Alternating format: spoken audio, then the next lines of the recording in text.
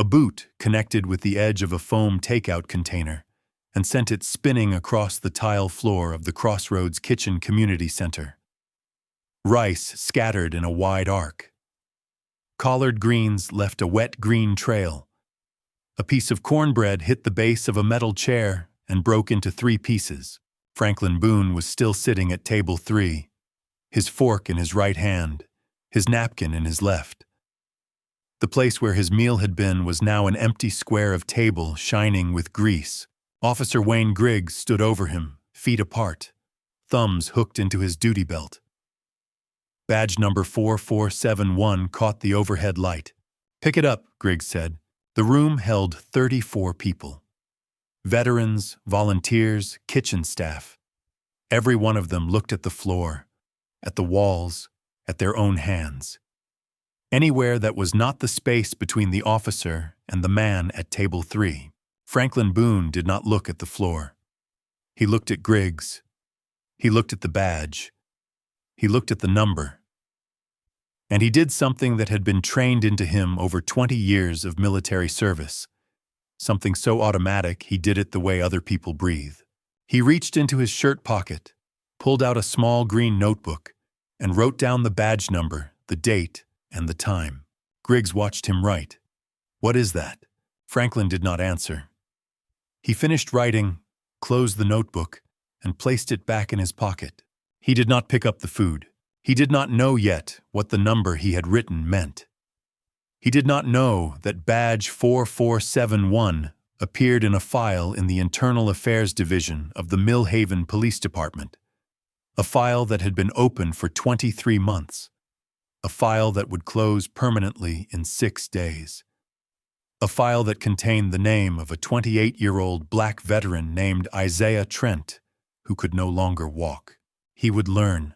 3 weeks before the boot hit the tray, Franklin Boone left his shift at the Millhaven Public Library at 11:30 on a Wednesday morning, same as every Wednesday for 4 years. He pushed his cleaning cart into the supply closet, hung his keys on the hook marked custodial, and signed the timesheet with the same mechanical pencil he had used since the day he was hired. The pencil had a worn eraser cap that he never replaced because it still worked. Franklin was 59. He had served 2 tours with the Army, both at Fort Bragg, both in a logistics unit where the primary job was making sure the right equipment reached the right location at the right time. He was not a combat veteran. He had never fired his weapon outside a range. What the Army gave him was not a war story. It was a system, a way of ordering the world into times, places, and records. He kept that system running long after the uniform came off. The notebook in his shirt pocket was the latest in a series that stretched back 30 years. Every one of them was the same brand, the same size, bought in packs of 5 from the office supply store on Grant Avenue. Inside each one, in Franklin's careful print, was a log of his days. Not a diary, a record. Times of arrival and departure. People he spoke to. Things he observed. The entry for this Wednesday read, 0648 woke, 0702 Nina breakfast, 0718 Nina bus stop, 0730 arrived library, 1130 left library. He had written over 43,000 entries across 3 decades. Most of them would never matter. The ones that mattered would matter enormously. He walked 14 blocks from the library to the Crossroads Kitchen, a community center on Briar Street that served hot lunch to veterans and low-income residents every weekday from 11 to 1. The building was a converted auto parts store with high ceilings and windows that had been painted over on the inside with a mural of hands reaching upward. The mural was peeling in the corners. The hands looked like they were waving goodbye. Franklin ate at table 3 against the east wall every Wednesday. The same seat. He liked the position because he could see the entrance and the kitchen at the same time, a leftover preference from the Army that he had never bothered to examine. The food was good. The kitchen manager, a woman named Gail, made cornbread from a recipe she kept in her apron pocket and would not share with anyone, not even Carlton Webb, the center's director, who had asked twice. Franklin sat down with his tray. Rice, collard greens, cornbread, and a cup of sweet tea with exactly 2 ice cubes because the machine was unreliable, and he had learned to ask for the cubes separately. He opened his notebook and wrote, 1147 arrived crossroads. Table 3. He picked up his fork. Otis Warfield sat at table 5, 2 tables away, with a tray identical to Franklin's, except for a double portion of cornbread that Gail gave him because Otis had been coming to the center since it opened 9 years ago, and Gail believed a man who had survived Vietnam deserved extra cornbread without having to ask. Otis was 73, thin in a way that looked permanent, with a beard he trimmed every Sunday whether it needed it or not. He and Franklin did not talk much during meals. They had the kind of friendship that lived in proximity and small nods, not conversation. After lunch, Franklin walked home.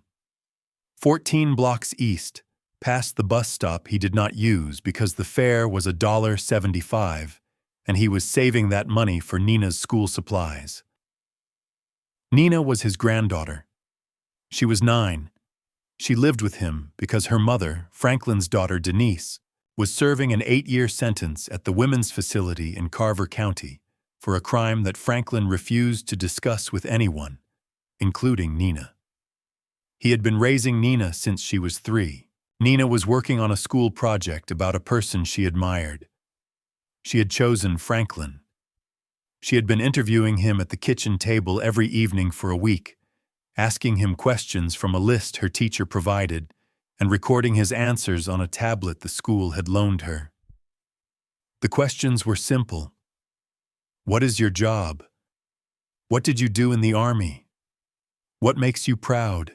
Franklin answered each one the way he answered everything, with the precision of a logistics report and the patience of a man who understood that being exact was a form of love. What makes you proud, Pop Pop? Showing up every day. That is not very exciting?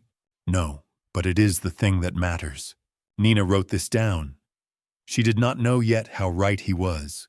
The first time Franklin saw Officer Wayne Griggs was on a Wednesday in August, 2 weeks before the meal incident.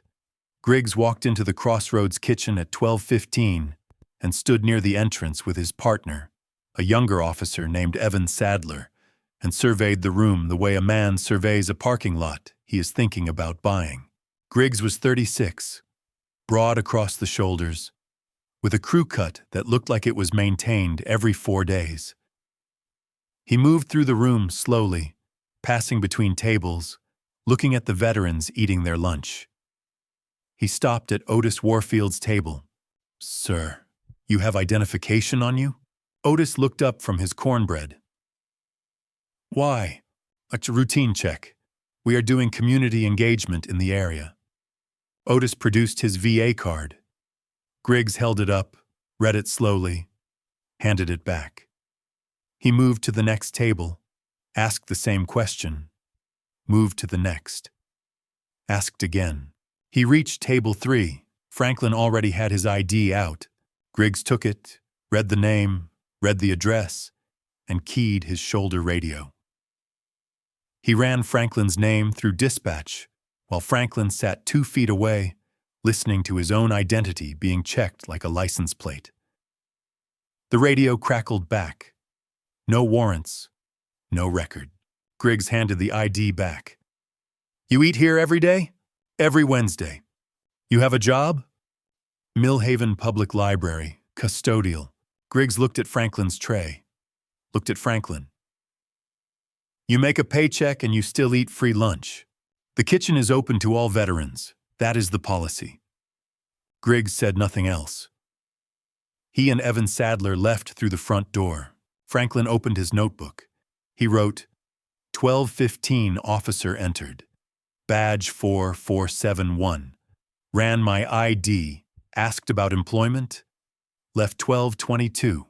Evan Sadler, walking to the cruiser, looked back at the center's front door. He was 24 and had been paired with Griggs for 3 months. He said nothing. He unlocked the car. The second visit was 1 week later. Griggs came alone this time. No Evan Sadler. He walked through the center during lunch and stopped at 3 tables. At each one, he picked up a tray, looked at the food, set it back down. At the third table, a veteran named Pearl Jenkins, 66, who had served in the Army Nurse Corps and walked with a metal brace on her right leg, asked him not to touch her tray. "Health inspection," Griggs said, though he had no authority and no documentation. He moved to Franklin's table. Franklin was already writing. "You again with the notebook." Franklin did not look up. He finished his entry and closed the cover. "What are you writing in there?" "What I observe." Griggs leaned down, close enough that Franklin could smell the spearmint gum he was chewing. "You should be careful about what you observe." He left. Franklin wrote, 1203 same officer, badge 4471. Alone. Touched 3 trays. Intimidated Pearl Jenkins, table 6. Verbal warning to me re-notebook 1207. Left 1209. The meal kicked. The food on the floor. The third visit. Griggs arrived on the Wednesday after that. He walked straight to table 3. No pretense of community engagement. No circuit around the room. He walked to Franklin, stood over him, and in a single motion swept his boot into the side of the takeout container and sent Franklin's lunch across the floor. Carlton Webb, the center's director, was standing at the kitchen window when it happened. Carlton was 52, a retired social worker with a voice built for calming people down and a talent for finding funding in places other nonprofits had given up on. He had run the Crossroads Kitchen for 6 years. He depended on a community policing grant from the city for 40% of his budget. That grant was administered through the precinct. Through officers like Griggs, Carlton saw the boot hit the tray. He saw the rice on the floor. He saw Franklin sitting at the table with his fork in one hand and his napkin in the other. Carlton did not move from the kitchen window. Griggs said, "Pick it up." Franklin wrote in his notebook. Griggs left. Carlton waited until the cruiser pulled away from the curb before he walked to Franklin's table with a fresh tray. "I am going to handle this, Franklin. I will call the precinct." "What will you tell them?" "Chuck, that this is unacceptable. That we serve vulnerable populations, and we need officers to respect our space." "Will you file a formal complaint?" Carlton set the tray down. His hands hovered over it for a moment, adjusting the position of the fork, the cup, the napkin, small corrections that had nothing to do with the utensils. "A formal complaint is a process. Let me start with a conversation." Franklin looked at Carlton. "You will not file a complaint." "I did not say that." "You said conversation, not complaint." Carlton straightened up. "Franklin, I have to think about the center. If I go to war with the precinct, we lose the community policing grant. That is 40% of our funding. That is this kitchen, these meals, everyone who eats here. So he kicks my food and you protect your budget." Carlton did not answer. He walked back to the kitchen. Franklin ate the second tray in silence, logged the new tray in his notebook, and left at 12:40. He walked home the long way, past the bus stop, past the liquor store with the barred windows, past the bench at the corner of Briar and 7th, where he usually stopped to tear his bread roll into pieces and leave them on the armrest for the pigeons that gathered there every afternoon. A habit from Nina's mother. Denise used to do this when she was small, walking home from school, tearing her leftover sandwich into bits for the birds at this same bench. Franklin had taken over the ritual without deciding to. Some things you inherit without paperwork. He sat on the bench. He did not have a bread roll because his meal was on the floor of the Crossroads Kitchen. He pulled out his notebook and read backward through the last 3 weeks. 3 visits from Griggs, each one worse than the last. A pattern forming. Franklin understood patterns the way he understood inventory, the way he understood routes and schedules. A thing that happens once is an event. A thing that happens twice is a coincidence. A thing that happens 3 times with increasing severity is a system. Thursday morning, Franklin walked to the public library, not for his shift, which started at 7, but for the computers on the 2nd floor. He sat at Terminal 4 and searched the Millhaven Police Department public records for badge number 4471. He found 2 results. The first was a departmental commendation from 4 years ago. Community Service Award. Griggs had volunteered at a youth basketball program. The photograph showed him kneeling on a gym floor with 8 children, smiling. The second result was a link to the City of Millhaven's Civilian Oversight Dashboard, a website that tracked open and closed complaints against officers. Badge 4471 had 1 open complaint, filed 23 months ago. Status: pending investigation. The dashboard provided no details, just the badge number, the date of the incident, and a case number. Franklin wrote the case number in his notebook. That afternoon, Sarah Price walked into the Crossroads kitchen with a box of legal pads and a schedule of free consultation hours for the Veterans Legal Aid Clinic she was helping run through the State University Law School. Sarah was 26, a second-year law student who had chosen veterans' rights as her clinic focus because her grandfather had come home from Korea with a Purple Heart and a VA claim that took 11 years to process. She was not doing this for charity. She was doing this because broken systems offended her the way broken machinery offends an engineer, and she had inherited her grandfather's stubbornness about getting things fixed. Franklin was not looking for a lawyer. He was looking for someone who knew how to get information out of a police department that did not want to give it. He showed Sarah the notebook. 3 entries, 3 visits. Badge 4471. Sarah looked at the entries. She looked at Franklin. You wrote down everything. I write down everything. Do you have more of these notebooks? 30 years of them. But the ones that matter are the last 3 weeks. Sarah pulled out one of her legal pads. Tell me about the food, Franklin told her.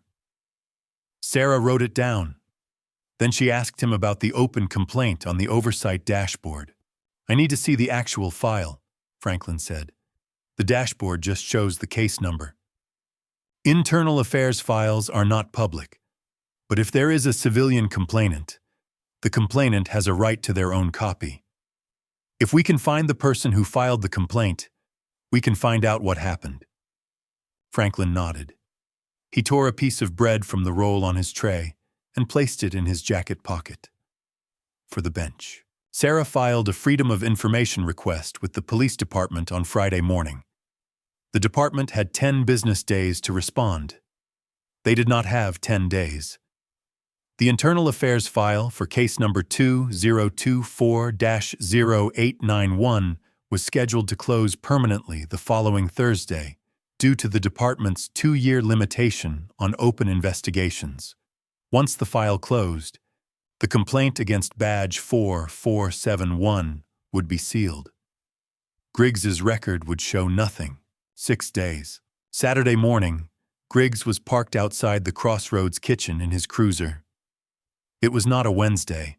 The kitchen was open for a weekend food distribution.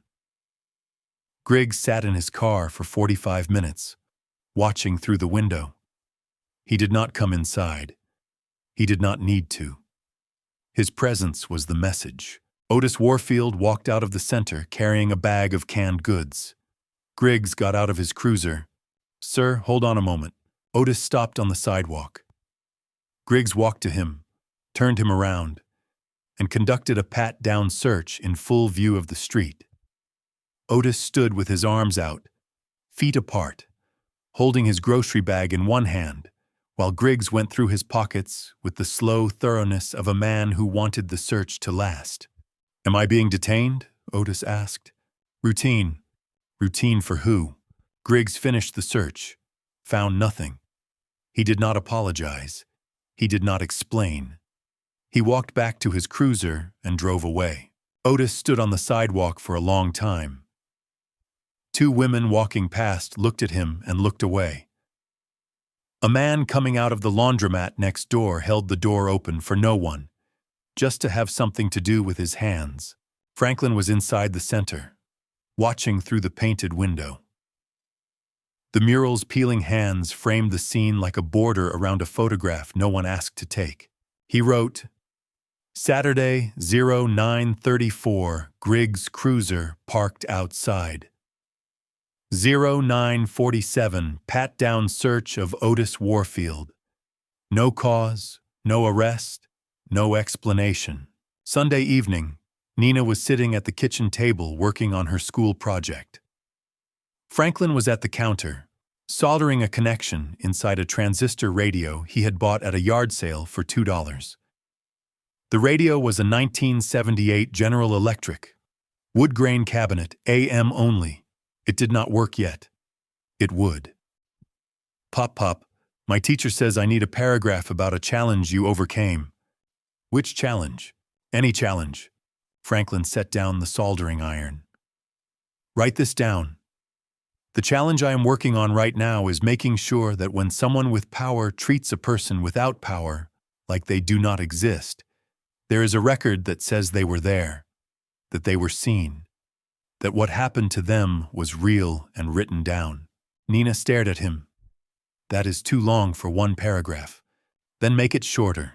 You are the writer. She wrote it down in her own words. Franklin went back to the radio.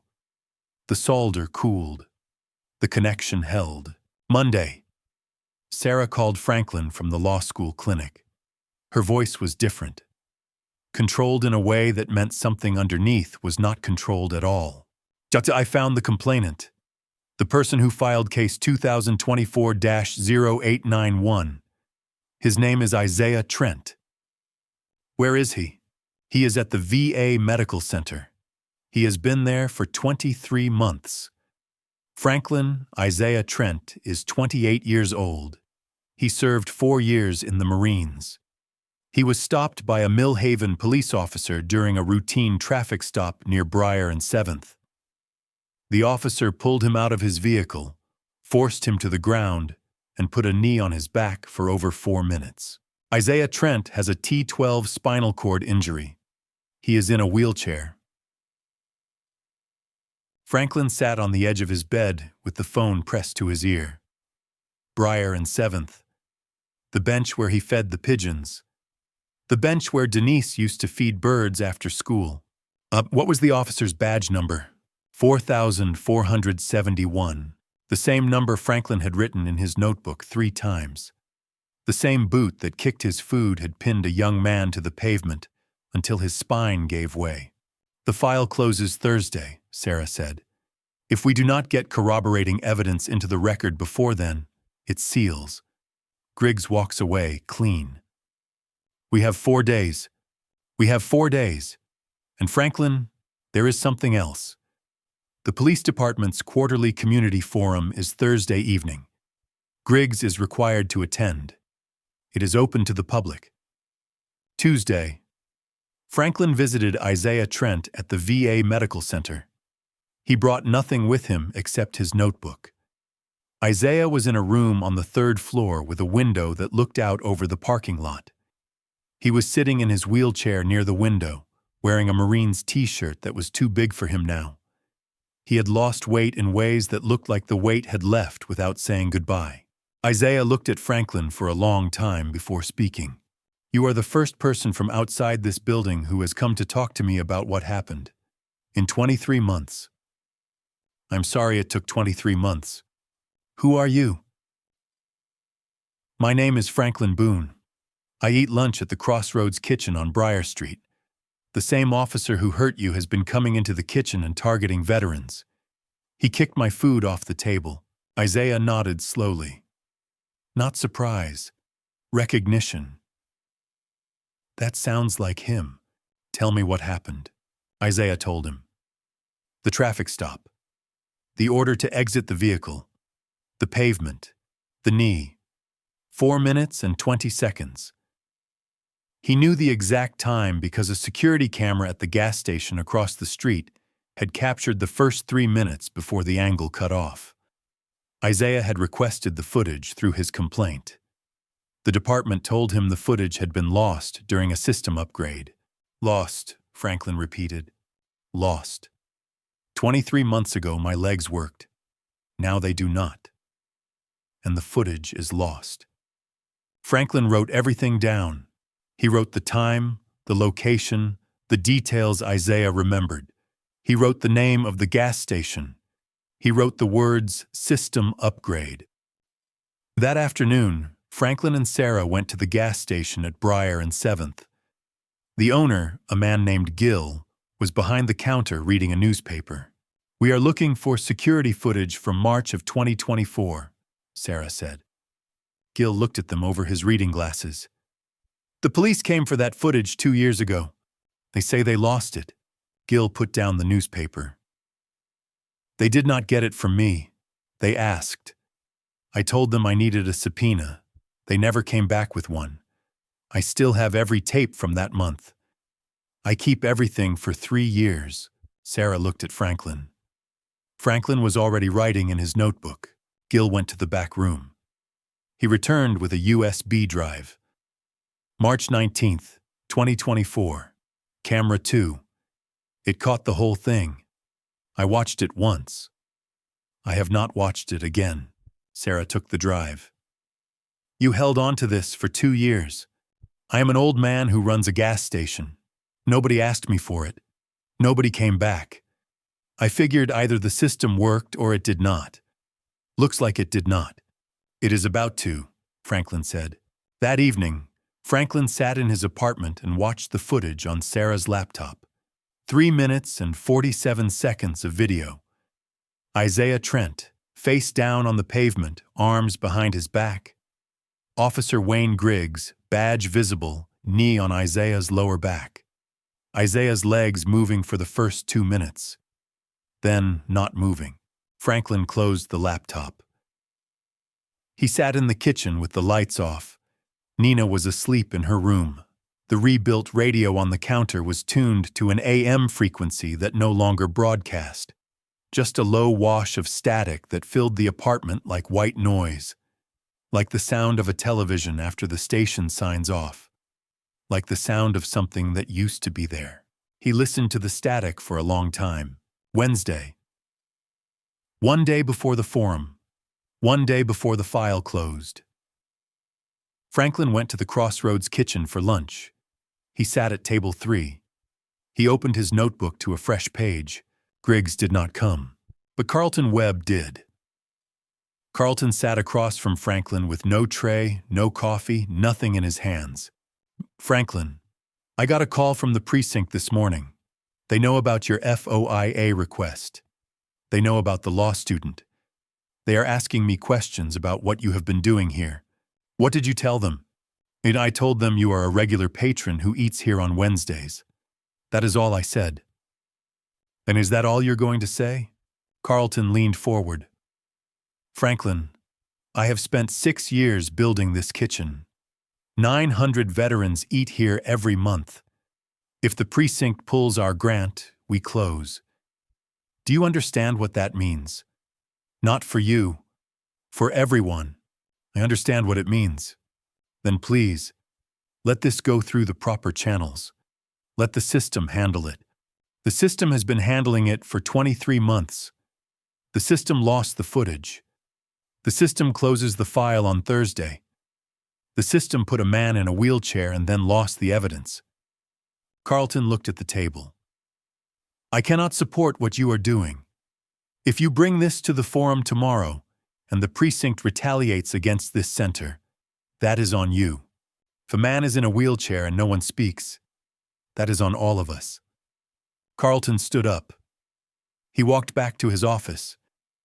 He closed the door with the careful precision of a man who wants the closing to say something without making a sound. Otis Warfield, sitting at table 5, had heard the entire conversation. He ate his cornbread.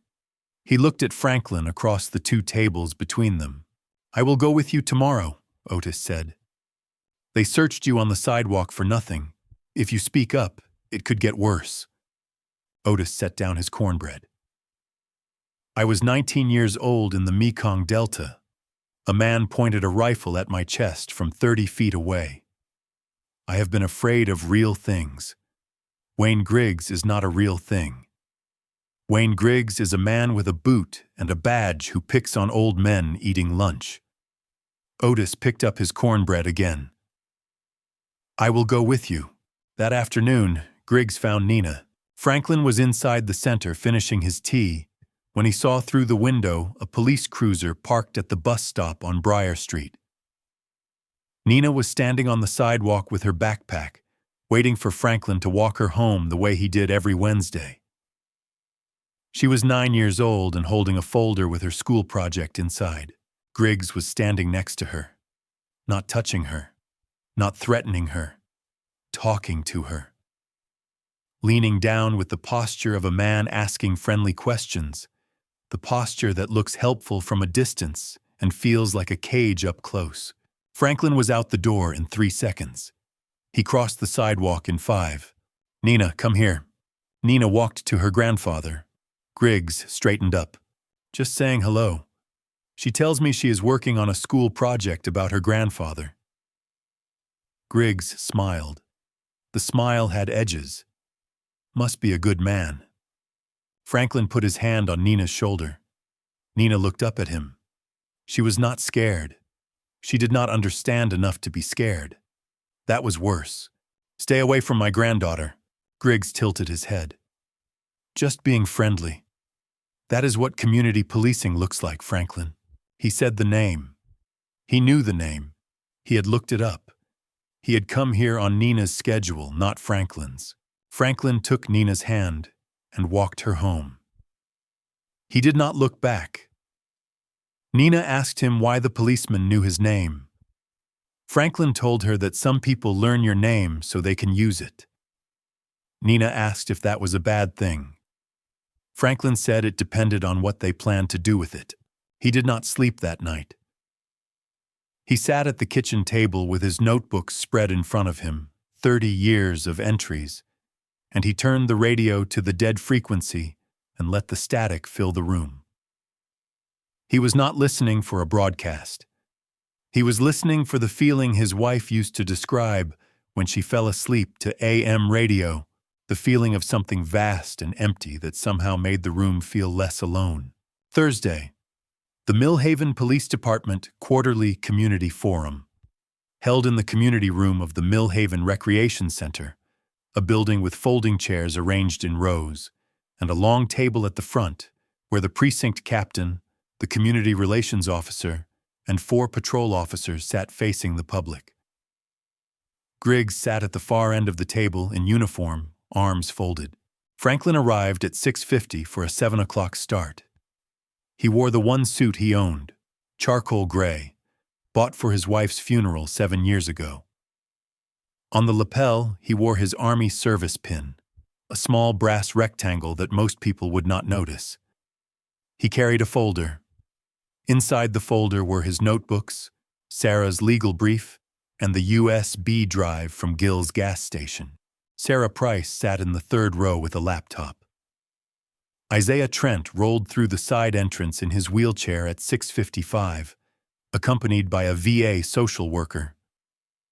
He positioned himself at the end of the 2nd row, where the aisle was wide enough for his chair. Otis Warfield sat in the back row. He was wearing a tie. Franklin had never seen Otis in a tie.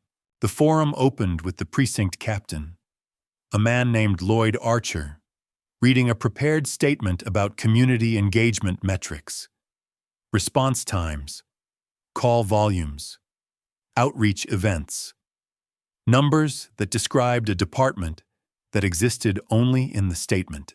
At 7:22, the floor opened for public comment. Franklin stood. He walked to the microphone at the center of the aisle. He set his folder on the podium. He did not rush. "My name is Franklin Boone. I am a veteran and a custodian at the Millhaven Public Library. I eat lunch every Wednesday at the Crossroads Kitchen on Briar Street. He paused. He looked at the table.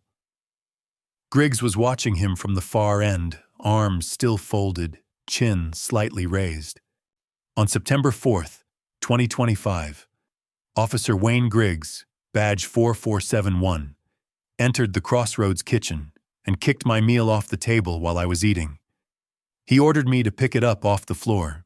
Franklin opened his notebook. He read the entry. Date, time, badge number, action.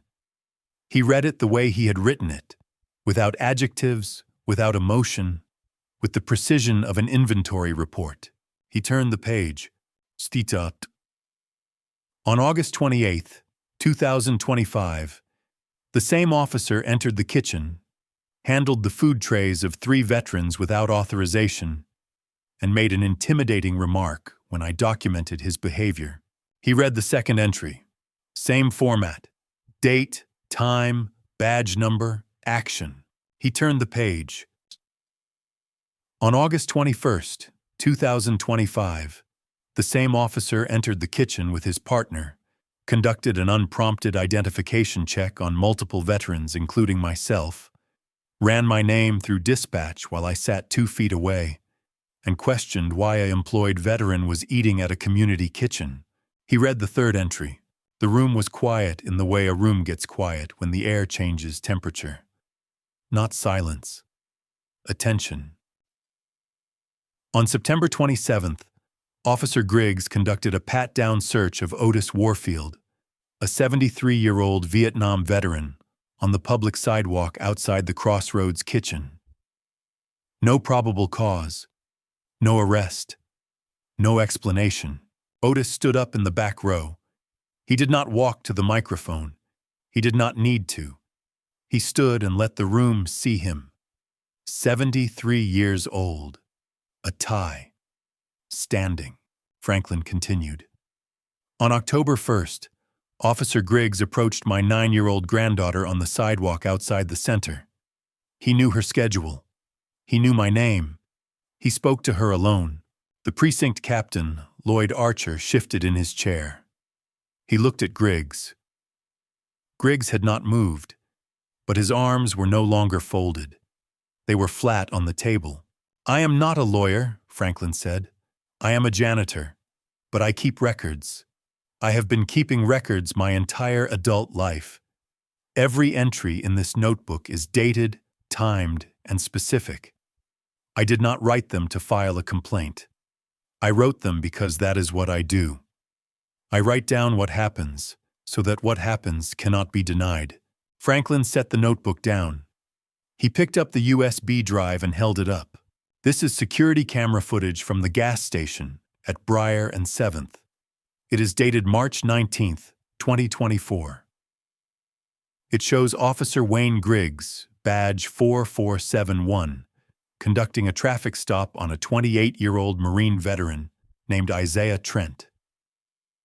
The footage shows Officer Griggs forcing Isaiah Trent to the ground and placing his knee on Isaiah's lower back for 3 minutes and 47 seconds. At the end of the footage, Isaiah Trent's legs are no longer moving. Kautsum. Franklin looked at Isaiah.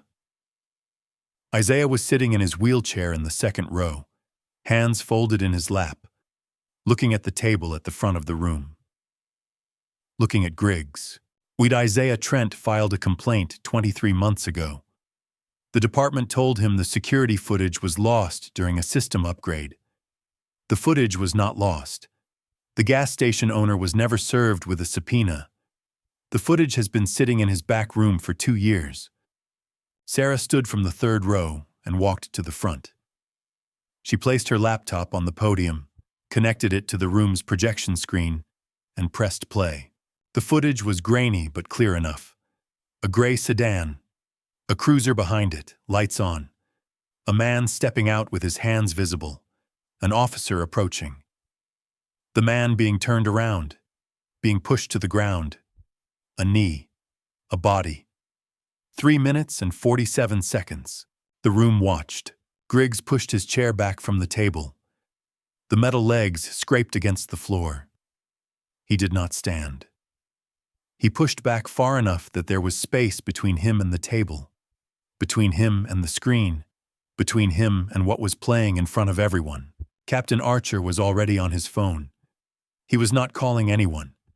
He was holding the phone in his hand the way a person holds something when they need an object between themselves and the moment they are in.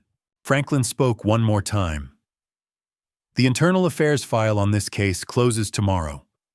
I am asking this department, in front of this room, to reopen the investigation with the evidence that has always existed. I am asking for accountability for Isaiah Trent, and I am asking for accountability for every veteran who has eaten a meal at the Crossroads kitchen and been treated like a trespasser in a place that was built to serve them. Franklin stepped back from the podium. He did not sit down. He stood in the aisle with his folder at his side. Isaiah Trent wheeled himself forward. The wheels made a sound on the recreation center floor. A low hum, the sound of rubber on waxed wood, and the room tracked the sound the way a room tracks a person who is moving towards something that cannot be taken back. Isaiah stopped at the front of the aisle. He did not go to the podium. He spoke from his chair. My name is Isaiah Trent. I am a Marine. I served 4 years. I was 26 years old when I was stopped on Briar Street for a broken tail light. I could walk when that stop started. I could not walk when it ended. He looked at Griggs. I filed a complaint. Nobody came to see me. Nobody returned my calls. My file sat in a cabinet for 2 years while I learned how to live in this chair. The only person who came to find me was a janitor with a notebook. Captain Archer stood. The room waited for a statement. Archer looked at the footage still frozen on the projection screen. He looked at Griggs. Now, Officer Griggs, you are relieved of duty effective immediately pending a full internal affairs investigation. Turn in your badge and weapon to the watch commander before you leave this building. Griggs stood. For the first time, his face showed something other than control. It was the expression of a man who has walked on a frozen lake every day for years and has just heard the first crack. He looked at the room. He looked at the door. He walked out without speaking. His badge, number 4471, was on the table when the watch commander arrived 10 minutes later. It sat face up under the fluorescent light with the same number Franklin had written in his notebook on a Wednesday in August. Franklin walked to Isaiah. He pulled a chair from the front row and sat beside the wheelchair so they were at the same height. You should not have had to wait 23 months, Franklin said. Isaiah looked at the folder in Franklin's hands. The notebooks, the records. You wrote all of that down? I write everything down. Why? Franklin thought about this. He thought about 30 years of entries, 43,000 lines of arrival times and departure times and small observations. He thought about why a man keeps a record of his own life in a world that does not always bother to notice he is living one. Because if it is written down, it happened. And if it happened, it matters. And if it matters, someone has to say so. The internal affairs investigation reopened the next morning. The file that had been 9 hours from permanent closure was assigned to a new investigator from outside the department. The gas station footage was entered into evidence. Franklin's notebooks were entered into evidence. Statements from Otis Warfield, Pearl Jenkins, and 4 other Crossroads kitchen regulars were entered into evidence. Wayne Griggs was charged with excessive force, filing a false report, evidence tampering, and 6 counts of harassment. His defense attorney requested a change of venue, arguing that media coverage had tainted the local jury pool. The request was denied. The jury deliberated for 3 hours. Griggs was convicted on all counts. He was sentenced to 4 years in state prison and permanently barred from law enforcement in any jurisdiction. His pension was forfeited. His name was added to the state's decertification registry, a list that followed a disgraced officer like a scar follows a wound. His wife kept the house. She removed the thin blue line sticker from the mailbox the day after the sentencing. Their son, 12 years old, asked her why his father was not coming home. She told him the truth because she had decided the truth was the only thing she had left that was worth keeping. Captain Lloyd Archer was placed on administrative leave pending a review of his oversight of the Internal Affairs Division. The review found that 7 other complaints against officers in the precinct had been allowed to reach the 2-year limit and close without investigation. Archer resigned. He did not make a statement. Evan Sadler, the young officer who had been paired with Griggs and said nothing for 3 months, requested a transfer. He was assigned to a precinct in the next county. On his last day in Millhaven, he drove to the Crossroads kitchen and left an envelope at the front desk addressed to Franklin Boone. Inside was a handwritten note. It said, "I should have spoken up. I did not. I will not make that mistake again." There was no signature, but Franklin recognized the handwriting from a parking citation Sadler had written on his windshield 6 months earlier. He filed the note in his notebook. Carlton Webb kept the Crossroads kitchen open. The community policing grant was not pulled. It was restructured under a new oversight model that required civilian review of all grant-funded programs. Carlton hired a part-time veterans advocate to work out of the center. He did not apologize to Franklin directly. He sent an email to the center's mailing list describing the new hire as part of our ongoing commitment to veteran support. Franklin read the email, noted the date and time in his notebook, and deleted it. Otis Warfield returned to Table 5 the following Wednesday. He was not wearing the tie. He ordered his usual with the double cornbread. Gail did not ask. She never asked. Sarah Price completed her clinic rotation and published a paper on response failures in veteran-related police misconduct cases. She cited Franklin's notebooks as a model for civilian documentation. The paper was accepted by the State Bar Journal. Her grandfather, 91 years old and living in a care facility in Oregon, received a printed copy in the mail. He could no longer read, but he held it in his lap for an afternoon. Isaiah Trent settled his civil case against the city of Millhaven for an amount that was not publicly disclosed. He used part of it to retrofit his apartment for wheelchair access. He used another part to buy a used van with hand controls. On the first day he drove it, he took the route down Briar Street past the gas station where his life had changed. He did not stop. He did not need to. He kept driving. Naomi Patterson, the woman from the first story, had no involvement in this case. But on a Thursday afternoon in November, she saw Isaiah Trent's van in the parking lot of the VA Medical Center and recognized the Marine Corps sticker on the back window. She walked over and introduced herself. She did not know his story. He did not know hers. They stood in the parking lot for 20 minutes, talking about nothing in particular.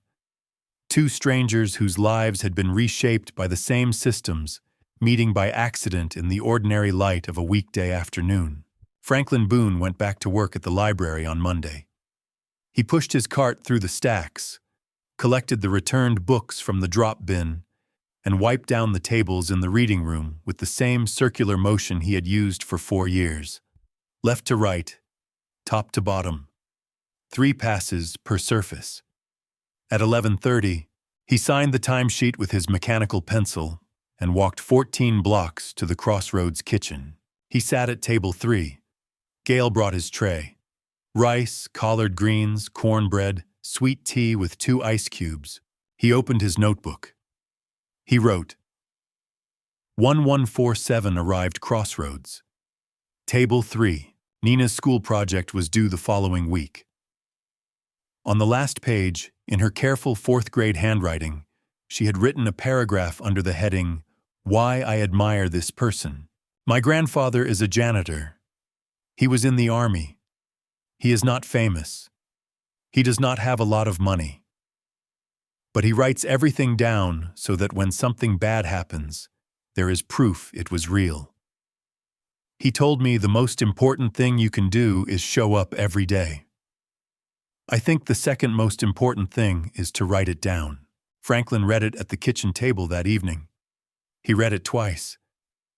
Then he closed the folder, placed it on the counter next to the rebuilt radio, and sat in the quiet of the apartment listening to nothing at all. The radio was tuned to a dead frequency. The static filled the room. Some sounds only matter to the person listening. Have you ever seen something happen to someone and stayed quiet because speaking up felt too risky? Not in a movie, in your real life. At work, on the street, at a place you go every day. What would it have taken for you to say something? And what did your silence cost the person who needed your voice? Drop your answer in the comments. I read everyone. If this story stayed with you longer than you expected, hit that subscribe button and share it with one person who needs to hear it. Every share, every comment, every notification bell keeps these stories alive.